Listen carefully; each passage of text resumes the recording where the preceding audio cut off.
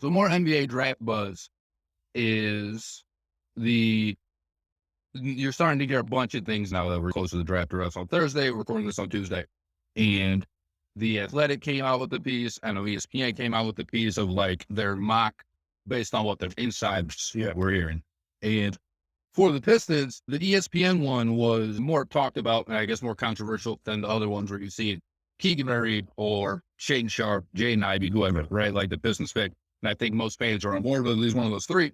But the ESPN one had the Pistons taking Benedict Mathurin so Jaden Ivey was off the board in that one in all fairness, but not Shaden Sharp, not Keegan Murray. And a snippet from the article essentially said the Pistons have really liked what they've seen from Mathurin and workouts. So they like his potential fit anyway next to Cade Cunningham. And I know Pistons fans are probably thinking that's a reach. I don't know if I call it reach because Mathurin might go like 7 anyway. Yeah, save that vibe. And it seems like Pistons fans are very divided, as you would expect they would be, on who they want in the pick, because pretty much with every draft we've ever seen, fans are going to be divided except for really last year.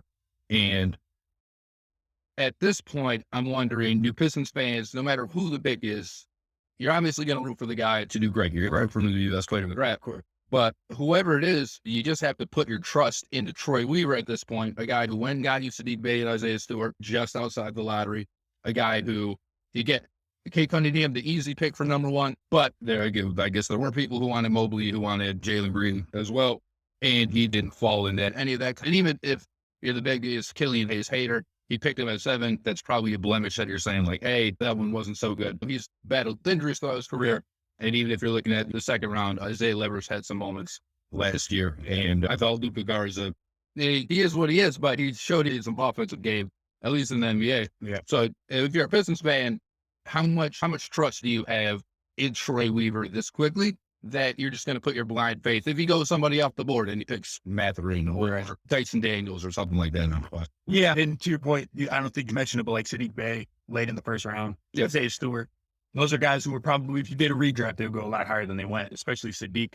But yeah, to a point, like if we picked Mathurin, I understand he's a top 10 guy for sure. Like maybe you're a little bit disappointed because the idea of Jaden Ivey, the idea of Shaden Sharp, if it works out, is just so exciting. And that's who you want to go watch play basketball, somebody who can elevate like Shaden Sharp and somebody who has the high ceiling. But if he picks Mathurin, he knows more than I do, and he's seen a lot more than I do. James Edwards, I believe, reported on Reddit actually during a Q&A that Mathurin stood out the most of that 3 and 3, that people, the sharp comment that he didn't stand out. Supposedly Mathurin was the one who stood out the most, although everybody was similar. But yeah, I would just trust Troy Weaver. I'm not going to be super angry unless we go way off the board.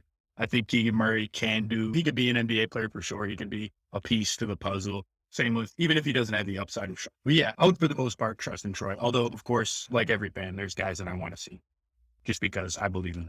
Yeah, I think the guy most Pistons fans want to see is probably Jaden Ivey because he's the guy I think that's most not likely to be there. He's probably going to go for, whether it's to the Kings or maybe they trade out. The interesting thing about that to me is the Kings, they obviously have De'Aaron Fox and they have Davion Mitchell, but they have been trying to trade De'Aaron Fox for it seems like the last few. So I don't know that he would necessarily stop. And he's a good player. I love De'Aaron Fox, but I don't know that he would necessarily stop the Kings from picking Jaden Ivey and trying to move him again. And then there was a lot of reports that the Kings really left Keegan Murray. So the idea is if they're going to trade out for it, somebody's going to try and come up to get Jaden Ivey, but Murray might not be there for but the Pistons are all looking for, or reportedly very high on Keegan Murray as well.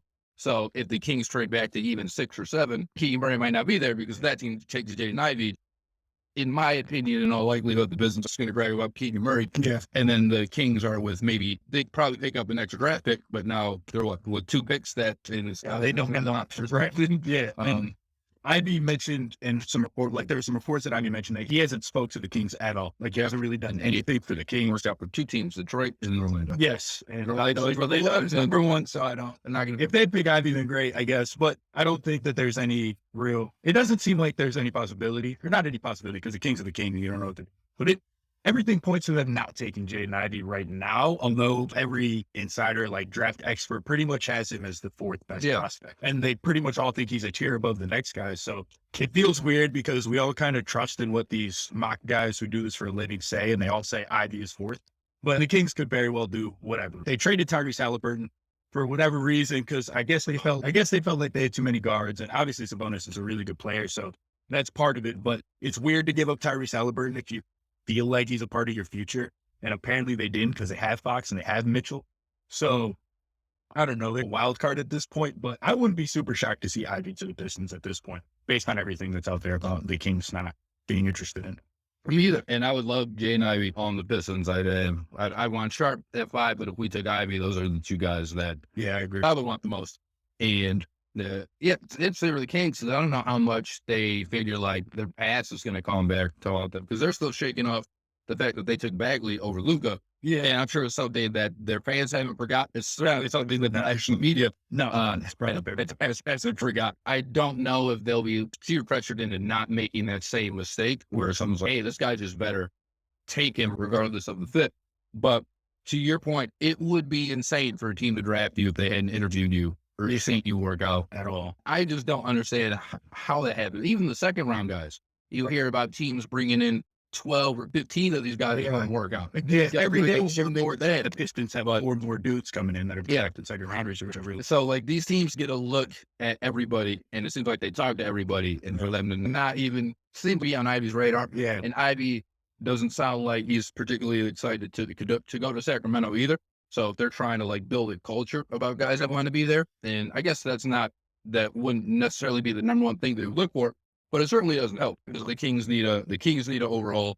And if you're bringing in a guy who is already kind of looking to get out of Sacramento already, I just think it's a sticky situation. So I am a Pistons fan. Yeah. I'm a bit cautiously optimistic for Thursday in the hopes that Ivey will fall into us. Yeah, the weird thing is, I think Ivey's like a solid fit in Sacramento. Imagine De'Aaron Fox and Jaden Ivey running off of DHLs with Domantas Sabonis. Like, I could see that being an issue for like the defenses everywhere. Like, obviously, defensively, that might be an issue, having a couple smaller guards, but Ivey could very well project into a good defender based on his athleticism. I don't know. It's all weird. I understand wanting Murray or whatever, just because that's like a position that you don't have filled out, but you're the Kings, dude. Like, just get the best player. And like, who the hell is Davion Mitchell? Yeah, like him taking Jaden Ivey. Yeah, Davion Mitchell, obviously a really good defender. He showed like some juice towards the end of last season when he got the opportunity without Fox. Well, yeah, I wouldn't be. But you don't want to a Davion Mitchell-led team without the probably right, exactly. You wouldn't. That would, like, he could be a starter in the future, but I wouldn't change my whole path to keep Davion Mitchell happy or to keep him with the ball. No, I would absolutely not do that either. Man on a mission, I'ma get it. You know I be on a one.